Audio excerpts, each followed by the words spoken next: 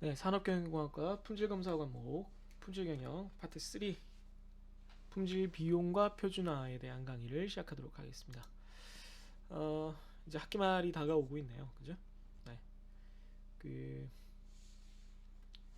품질경영 파트를 총 4번에 다 몰아서 하려다 보니까 좀 촉박하긴 한데 뭐 전에도 말씀드렸다시피 이거 이제 외우는 파트라서 이번 시간부터 특히나 제가 좀 싫어하는 파트로 접어듭니다. 거의 이제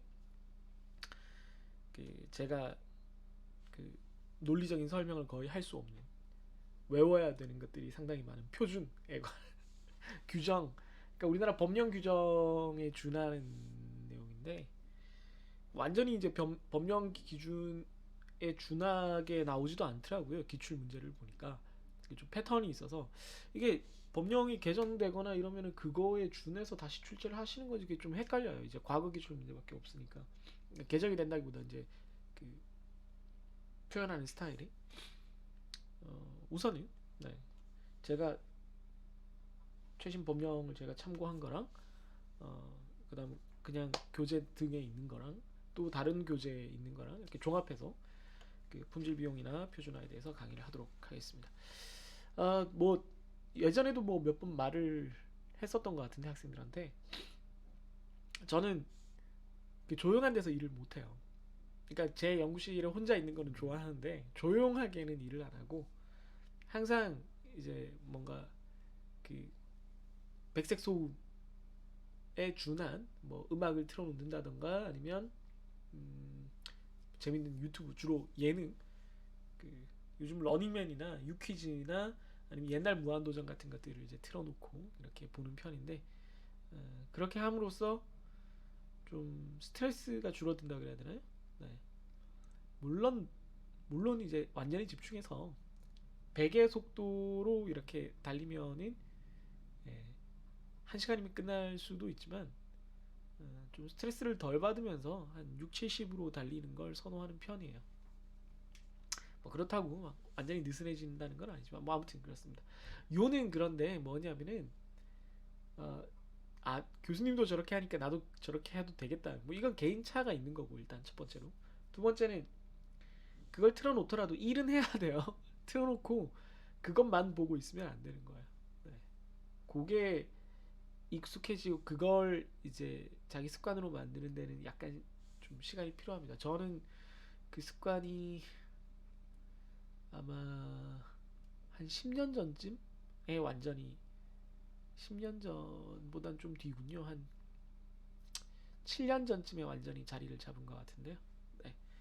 직장 다니다가 다시 이제 대학원에서 박사학위 논문을 써야 해서 날마다 그 퇴근하고 집에서 논문 쓰고 이렇게 TV나 뭐가 이렇게 틀어져 있는 상황에서 거실에서 이제 논문 쓰거나 논문 읽거나 뭐 실험하거나 코딩하거나 이런 일들을 계속 반복했었어요.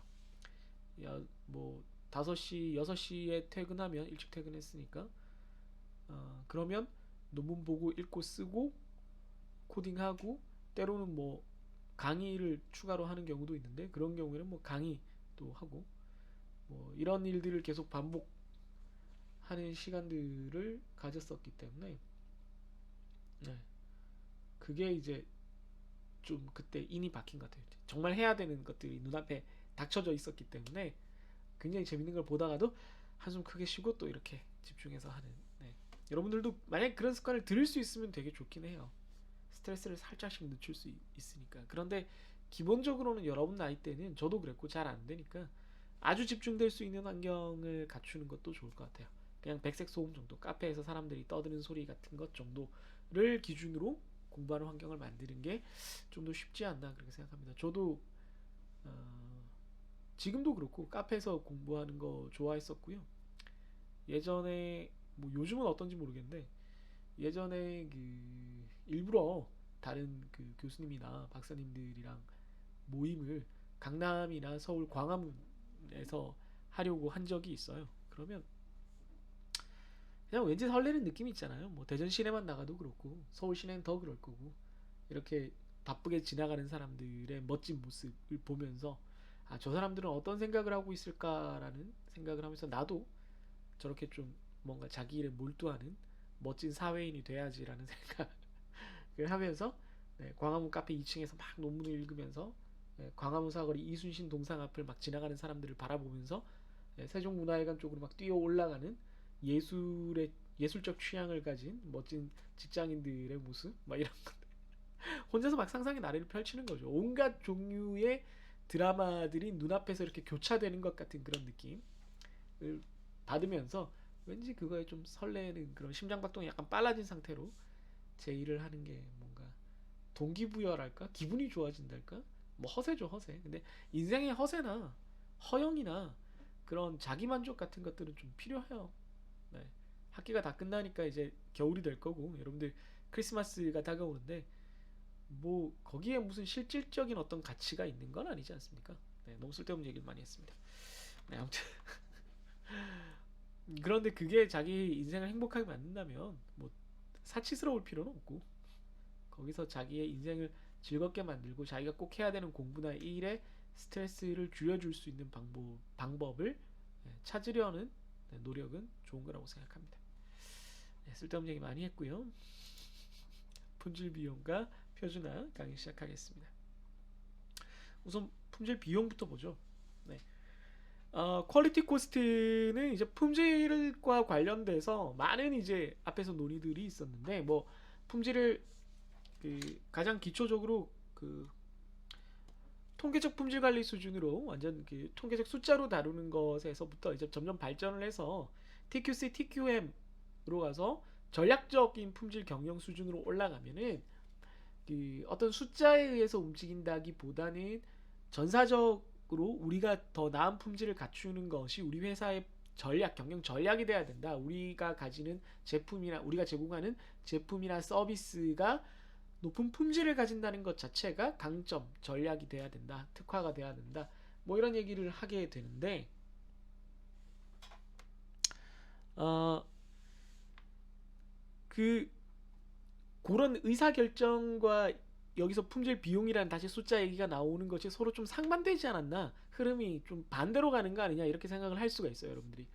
제가 예전에 벌써 뭐 되게 굉장히 예전인데 2005년 6년쯤에 이제 품질 경영 책을 기술 경영 다시 공부하면서 이걸 다시 이제 책을 봤었는데 그때도 좀 이게 흐름이 뚝 끊어졌던 적이 있고 한 3년 전, 2년 전에 다시 강의하면서도 좀 그런 적이 있는데 아니 다시 이제 강의하면서 제가 쭉 정리를 해보니까 그게 아니라 품질 비용을 따진다라는 거는 품질 경영 종합적인 품질 경영 활동을 하는 데 있어서 가장 기초적이로 가장 핵심적인 판단 근거 성과와 어떤 방침을 정하는 그 지표 그 가이드 안내가 되는 그런 내용이에요. 그러니까 어떤 철학을 공유함에 있어서 물론 정성적이고 우리가 비전을 항상 최고 경영자가 제시를 해야 되고 방침에 대한 방향성과 그 방침을 이제 실무팀 혹은 위원회에서 올리면 그걸 인증해주고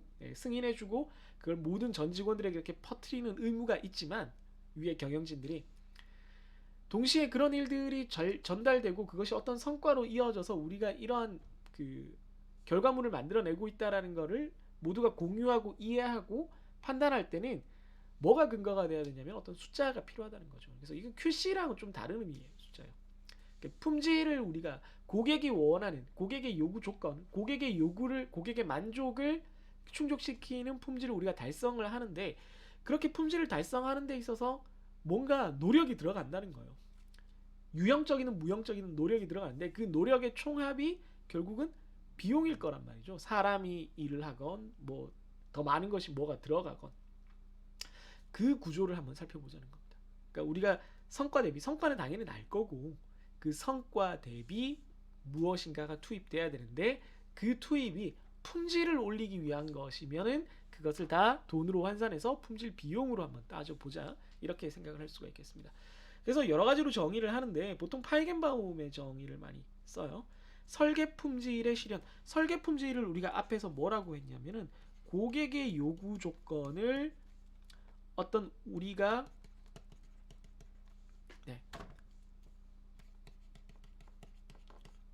공학적 언어, 기술적 언어로 바꾸는 작업이라고 했어요. 그러니까 고객의 요구 조건을 우리가 최대한 해석해서 제품이나 서비스 형태, 뭐 제품이라고 우선 생각을 하면 물건의 형태로 이렇게 만든 거다라고 이제 생각을 하는 게 설계거든요. 그 설계 품질을 달성하는 게 이제 우리 기업 활동의 목표가 돼요. 물론 요구 품질을 달성하는 게 궁극적인 목표인데 요구 품질을 우선 1차적으로 설계 품질로 해석을 했으면 이제 그 다음부터는 설계 품질을 달성하는 게 목표가 되는 거예요. 나머지 모든 활동은. 그래서 거기에서 필요한 모든 그 원가, 제조 경비를 우리가 그 설계 품질이라고 한다고 파이겐바움을 얘기를 했는데 이때 이제 이 이후에 요 정의가 조금 달라져도 계속 유지되는 게 뭐냐면 기본적인 재료비와 기본적인 노무비는 빠진다는 거예요. 기본적인 재료비와 기본적인 노무비가 뭘 말하는 거냐 하면은 품질을 더 높이 만든다 뭐 이런 별도의 어떤 품질 경영 활동, 품질 관리 활동을 하지 않더라도 제품을 만드는 것 자체에 필요한 재료나 노무비 이런 것들은 제외돼야 된다는 거예요. 그건 뭐 품질을 올리려고 네가 한 게 아니고 아니 커피를 만들면 일단 커피콩을 넣었을 거 아니냐.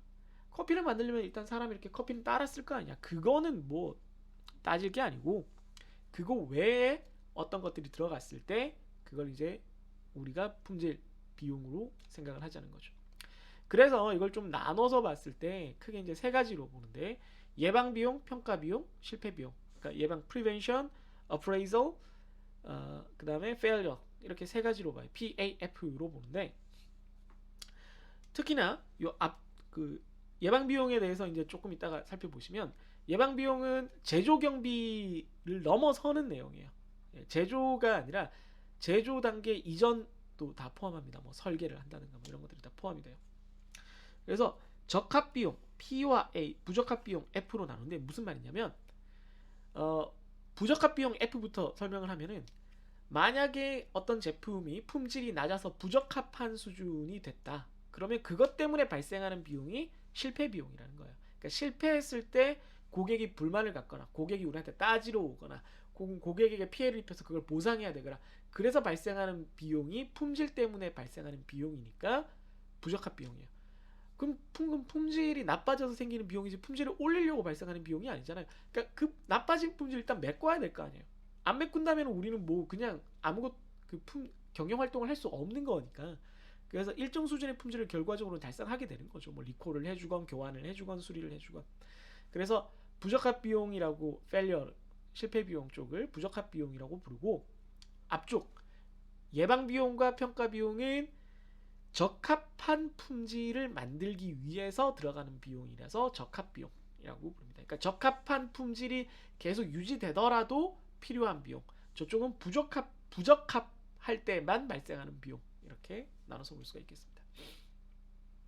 그래서 이걸 가지고 이제 개념도를 제일 많이 그리는데 이 PAF의 비중을 우선 따져보면 그림은 좀 그래프는 과장돼서 그려졌다는 걸 좀 이해해 주시고요. 보통 파이겐바움, 컥패트릭, 커크패트릭인데 뭐 그냥 영어로 뭐 컥패트릭 뭐 이렇게 컥패트릭 이렇게 발음을 하죠.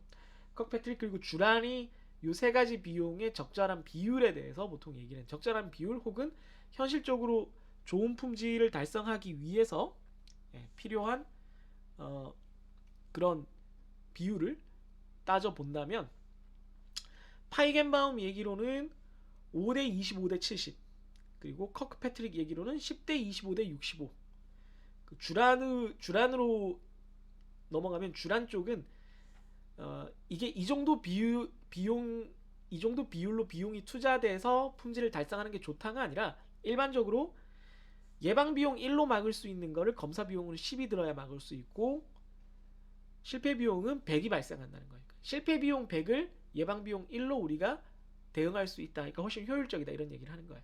뭐 당연한 얘기입니다. 그래서 예방 비용 쪽은 적게 들여도 큰 효과를 볼 수 있으니까 예방 비용을 적게 잡게 되고 혹은 실제로 적게 지출하게 되고 그 다음에 검사 비용, 평가 비용 그리고 최종적으로 실패 비용 쪽으로 갈수록 점점 더 비용이 실제로도 커지고 필요한 것도 커지게 됩니다. 그래서 오른쪽 그래프를 잠깐 보시면 제가 저를 잠깐 사라지게 하겠습니다.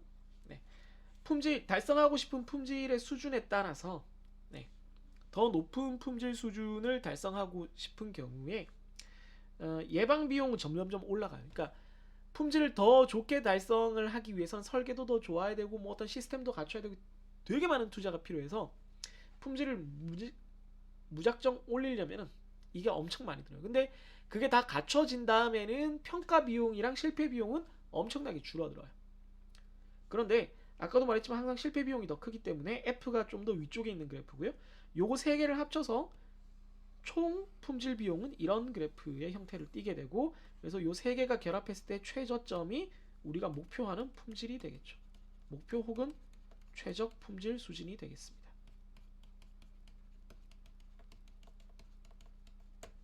네. 그랬을 때 우리가 뭐 항상 아까부터 얘기를 하지만, 네. 계속 요거를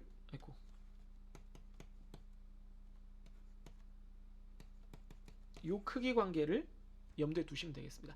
그러면 요 비용이 전체 제품을 생산하는 비용, 전체 제품의 원가에서 어느 정도를 차지하느냐 하면 파이겐바움과 커크패트릭의 의견이 조금 다르지만 대체로 10% 안쪽이라고, 10분의 1 안쪽이라고 보시면 돼요. 그러니까 품질을 위한 비용이 전체 어떤 생산 비용, 전체 경영 활동에서 어떤 비용 구조에서 10% 이상을 차지하진 않아요. 아주 작은 비용인데 얘를 잘 효율적으로 관리하는 게 전체 비용을 줄이는데 굉장히 큰 효과가 있다라고 기억을 해주시면 되겠습니다. 자, 다음 예방 비용인데요. 예방 비용, 평가 비용, 실패 비용을 하나씩 이제 자세히 살펴보겠습니다. 예방 비용은 뭐 당연하겠지만 품질을 유지하고 부적합을 예방하는데 주로 쓰이는, 그러니까 예방하는데 사전적으로 대응하는데 쓰이는 비용들인데, 요때 우리가 시험 문제를 푸는 입장에서는 요게 많이 나와요. 교육 훈련이 여기에 들어간다는 게 여러분들이 좀 헷갈릴 수가 있어요. 그러니까 뭐 품질을 유지하고 부적합을 예방한다, 이건 뭐 당연히 알 거고, 전체적으로 관리와 운영을 한다, 이것도 여러분들이 그래 이건 예방 비용이 들어가겠지 라고 생각을 할 수가 있는데, 교육 훈련이 여기에 들어간다는 게 조금 이제 여러분들이 낯설 수가 있어서 좀 체크를 해두면 좋습니다. 그래서 여기에 이제 실제적으로 문제로 보면 이런 항목들이 들어가는가, 이런 문제가 나왔을 때 앞에 QC라는 말이 다 보통 붙어요. QC를 계획하고 기술을 만들고 그 다음에 교육을 하고 사무를 한다. 그런데 좀 헷갈리는 게 이 경우는 기술입니다. 교육은 위에서 이제 한번 언급을 했으니까 기술은 어떤 평가나 입증이나 회의 등의 활동을 하는 거라고 생각을 하시면 되겠습니다. 그러니까 QC 기술을 갖추는 거예요, 우리가.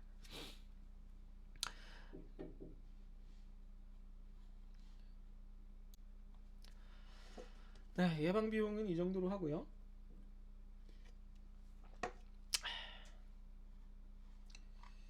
다음 이제 어프레이저 평가 비용입니다. 평가 비용은 품질 수준을 유지하는 활동, 그러니까 우리가 그냥 흔히 아는 아주 1차적인 가장 잘 아는 직접적인 품질 비용, 시험과 검사에 들어가는 비용이라고 이해하시면 뭐 전혀 어려울 게 없어요. 그러니까 이 파트가 저 세 가지 중에 가장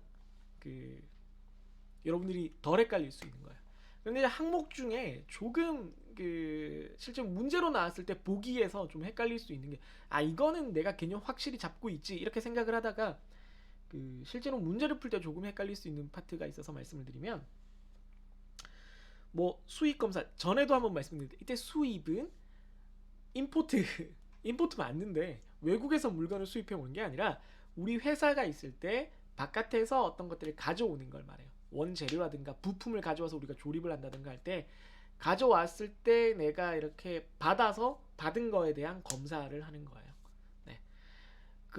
그래서 그거에 관련된 것들에 대한 내용이고, 그러니까 수익 검사, 공정 검사, 완성품 검사, 이건 다 검사니까 어렵지 않아요.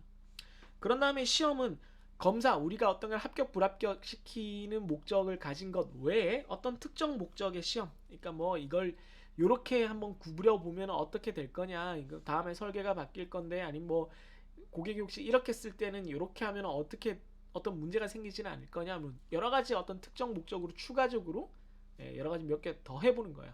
어떤 재료에 대해서, 기능에 대해서, 환경에 대해서, 신뢰도에 대해서 조금 더 해보는 겁니다. 그래서 검사나 시험에 대한 항목은 뭐 여러분들이 그래도 평가 비용에 들어가겠지라고 쉽게 이해를 할 수가 있어요. 우리가 품질 관리하면 일반적으로 우리가 생각하는 내용들이니까. 이제 하나가 사업 관리 파트인데 이게 그 기출 문제에서 PM 이렇게 표현이 되더라고요. 네, 프로젝트 매니지먼트니까 PM이 맞는데 이걸 뭐 사업 관리라고 하면 되지 왜 PM이라고 굳이 하는지는 잘 모르겠는데 용어가 그렇게 된 건지. 여기서 이제 사업 관리, 그러니까 요 활동을 하는데, 그러니까 이러한 활동을 하는데 있어서 필요한 관리를 말해요. 네, 시험과 검사를 하는 데 있어서 필요한 관리를 말하는데, 검사 및 시험용 기구의 수입, 그러니까 가져오는 거. 그러니까 검사와 시험을 하기 위해서 어떤 기구나 도구, 장비를 가져오는 거. 그런 다음에 그걸 관리하는 거. 네, 이런 것들을 얘기를 합니다. 네, 그러니까 검사 활동을 이렇게 서포트하는 거라고 생각을 하시면 돼요. 네. 어렵지 않죠? 네. 자, 그럼 이제 좀 헷갈리고 얘기할 게 많은 실패 비용 쪽으로 가겠습니다. 네. 실패 비용 failure는 말 그대로 품질을 달성하는데 실패를 했을 때 생길 수 있는 비용이고 세 가지 중에 가장 커요. 그래서 규격 외 부적합품 혹은 뭐 그런 재료가 들어감으로 인해서 생기는 손실 비용이고 보통 내부와 외부로 이렇게 나눠서 살펴봅니다. 이 부적합 비용이라고 이제 부르기도 하고요. 예, 부적합 비용. 아까도 말씀드렸지만 실제 부적합이 발생해서 생기는 초래되는 비용이기 때문에 부적합 비용이라고도 얘기하고 그 퀄리티 코스트 중에 숨겨져 있는, 그러니까 우리가 좋은 제품을 만들기 위해서 미리 준비하는 예방 비용이라든가 실제로 품질 관리를 하는 비용인 평가 비용이라든가 이런 것들은 우리가 눈앞에 보이는데 품질 검사를 하기 위해서 품질관리 담당자가 있어야 되고 이런 검사를 수행하느라고 돈이 이렇게 듭니다. 이거 이해했어요. 더 나은 품질을 위해서 설계를 처음부터 이렇게 해야 되고 품질관리 시스템을 갖추기 위해서 이런 조직과 문서와 규정을 만드는데 이런 돈이 듭니다. 이해했어. 그런데 품질이 달성이 안 되면 나중에 큰 손실이 생길 수 있어요. 이거는 이제 처음에는 안 보인다는 거죠. 활동이 아니니까. 근데 당연히 초래될 활동이죠. 조건부지만 초래되는 활동이죠. 그래서 숨어있는 품질 비용이라고도 부릅니다. 숨은 품질 비용. 그래서 히든 퀄리티 코스트라고 부르고 그 학자들의 연구에 따르면 전체 품질 비용의 80%까지가 부적합 비용에 해당한다라고도 얘기를 해요. 그러니까 앞이랑 계속 같은 얘기예요. 뭐라고요? P, A, F. F가 어마어마하게 크다라고 생각을 하시면 되겠습니다. 그러면 요 개념, 다른 개념과 이렇게 다른 얘기와 살짝 연결되는 요 파트를 지나가면 실제 항목을 따져서 문제를 풀 때는 뭐가 여러분들을 헷갈리게 하느냐, 뭐가 내부 실패고 뭐가 외부 실패냐, 뭐가 인터널, 뭐가 익스터널이냐를 이제 따지는 거. 요게 되겠습니다. 그 보통 사내 실패, 사외 실패라고도 보통 많이 부르더라고요. 예. 제가 배울 때는 그냥 내부 실패, 외부 실패 이렇게 배웠는데 정리했는데 강의할 때 내부 실패는 쉽게 말해서 회사 내에서 해결을 할 수 있는 거예요. 회사 내에서. 그러니까 회사 내에서 해결을 할 수 있다라고 볼 수도 있고 혹은 그 불량이 생겼을 때 고객과 상관없이 우리끼리 할 수 있는 거예요. 우리끼리. 예. 그러니까 이렇게 하면 좀 쉬워요. 고객과 상관없는 활동이라고 보시면 이해가 좀 쉽습니다. 그러니까 제품 검사를 했는데 불량이 발생했어요. 출하 검사를 했는데 그럼 폐기를 해야죠. 제품이 불량이 났으면 폐기를 해야 되고 좀 고쳐서 쓸 수 있는 거면 재작업이나 수리를, 리워크나 리페어를 해야 되고 리워크, 리페어에 대한 차이는 앞에 동영상 다시 보세요. 그거 좀 여러분들이 구별할 필요가 있죠. 그런 다음에 뭐 바깥에서 이제 중개 잘못했으면 이제 외주 불량에 대해서는 그걸 다시 우리가 다시 얘기를 해야 되는 거고 설계를 고쳐가지고 앞으로 이런 부적합에 대응을 해야 되겠다라고 한다면 설계를 변경해서 우리가 다시 전체 공정을 다시 꾸리는 것도 고객과는 상관없이 우리끼리 하는 거죠. 우리끼리. 그 다음에 가동 중단을 해서 특정 뭐 기계가 지금 세팅이 잘못됐거나 뭐 이물질이 끼어서 이게 지금 계속 불량이 나고 있다. 그러면 그 기계를 멈춰라. 이런 가동 중단을 하거나 기계가 노후화됐다. 그걸 정비를 해라. 뭐 제품이 등급 저하가 됐다. 뭐 이런 것들은 다 고객이랑 상관없이 일단 우리가 어떻게 해야 되는 거예요. 고객 없이 이런 활동들의 공통점은 고객이랑 관련 없이 우리가 할 수 있는 거예요. 근데 사회 실패, 외부 실패는 지금부터 말씀드리는 활동들을 자세히 들어보면 모두 다 고객을 대상으로 하거나 고객과 관련이 있는 거야. AS를 하는데 고객이 방문해서 하거나 현지인은 방문인 경우가 많죠. 고객이 방문을 와서 하거나 AS를, 혹은 우리가 출동해서 AS를 하거나, 어쨌든 AS 하는 비용 고객과 관련이 있는 거죠. 그 다음에 고객이 이 서비스를 받을 때 수리가 아니라 반품을 하시거나 아니면 교환을 해서 발생하는 비용, 이것도 역시 고객과 관련이 있죠. 그런 다음에 불량에 대해서 직접적으로 이제 제조물 책임법 때문에 PL 때문에 어떤 손실 배상해야 되거나, 그래서 리콜을 해야 되거나, 이런 것도 역시 고객을 향한 거죠. 그다음 불량이 생겨서 우리가 납품을 했는데 불량 때문에 그걸 빼고 개수가 모자라요. 100개를 납품했는데 10개가 불량이야. 그럼 저쪽에서 100개 받았습니다 이러지 않을 거잖아요. 90개 받았습니다 이럴 거 아니에요. 그럼 10개를 다시 보충을 해줘야 되죠. 그것도 역시 받아들이는 쪽의 그 입장이 대변이 돼야 되는 거니까, 역시 이것도 고객과 관련된 거. 재심은 뭐냐면 역시 이렇게 납품을 하는 쪽에서 저쪽에서 그레이드를 낮추면 다시 이거 우리가 다시 이렇게 할 테니까, 다시 설계 변경하든지 뭐 이렇게 재작업을 할 테니까 다시 한번 검사를 해서 우리 거 A 등급으로 받아주세요. 그래 우리가 대금을 받을 수 있으니까 라고 요청을 하면, 그것도 역시 상대방, 우리가 납품하는 쪽 기업에서 그 해줘야 되는, 우리가 요청해서 해야 되는 거고, 거기에 돈이 들어가는 거고, 상대방이 있는 거죠. 고객이 있는 거니까 외부 실패가 되겠습니다. 우리끼리 해서 끝났다 이렇게 할 수 있는 게 아니죠. 그래서 내부 실패, 외부 실패를 이렇게 나눠서 고객과 관련이 있는지 없는지, 이 활동에 고객이 영향을 주는지 안 주는지를 따져보면, 그러니까 상대방이 있는지 없는지를 따져보면 여러분들이 문제를 쉽게 풀 수 있을 거예요. 그래서 이런 포인트를 잘 기억해 두시면 덜 헷갈릴 수 있다. 그래서 실패 비용과 관련된 또 다른 그 품질 경영 용어는, 저는 이걸 되게 중요하게 배웠는데 기출 문제는 직접적으로 잘 안 나오더라고요. COPQ라 그래서 Cost of Poor Quality예요. 그런데 제가 배울 때는 그냥 F만 관련이 있다고 배웠는데 A가 관련이 있다고 하는 책도 있어서 이렇게는 써놨습니다만, 제가 알기로는 F랑 관련이 있습니다. 그러니까 주란이 주장을 한 거고, 저품질이 발생을 했을 때 발생하는 비용이에요.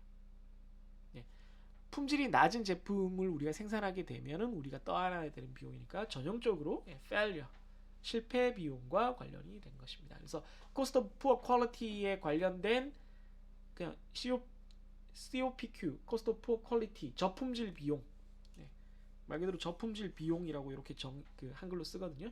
그 말이 그대로, 그 용어가 그대로 나오거나, 이 방금 제가 언급한 요 설명을 풀어서 한 설명이 나온다면, 그게 바로 이 페이지 실패 비용과 관련된 것이구나 라고 이해를 하시면 되겠습니다. 이해되시나요? 네. 그래서 품질 비용에 대해서 쭉 설명을 드렸고요. 뭐 뒤쪽이 훨씬 길어서 뭐 여기서 끊는 게 좀 이상하긴 한데, 어쨌든 품질 비용 파트를 설명을 드렸고, 좀 쉬고 표준화 파트를 계속 설명을 드리도록 하겠습니다. 네, 그럼 여러분들 잠깐 여러분도 쉬시고 목 좀 축이시고요. 잠시 후에 다시 뵙겠습니다.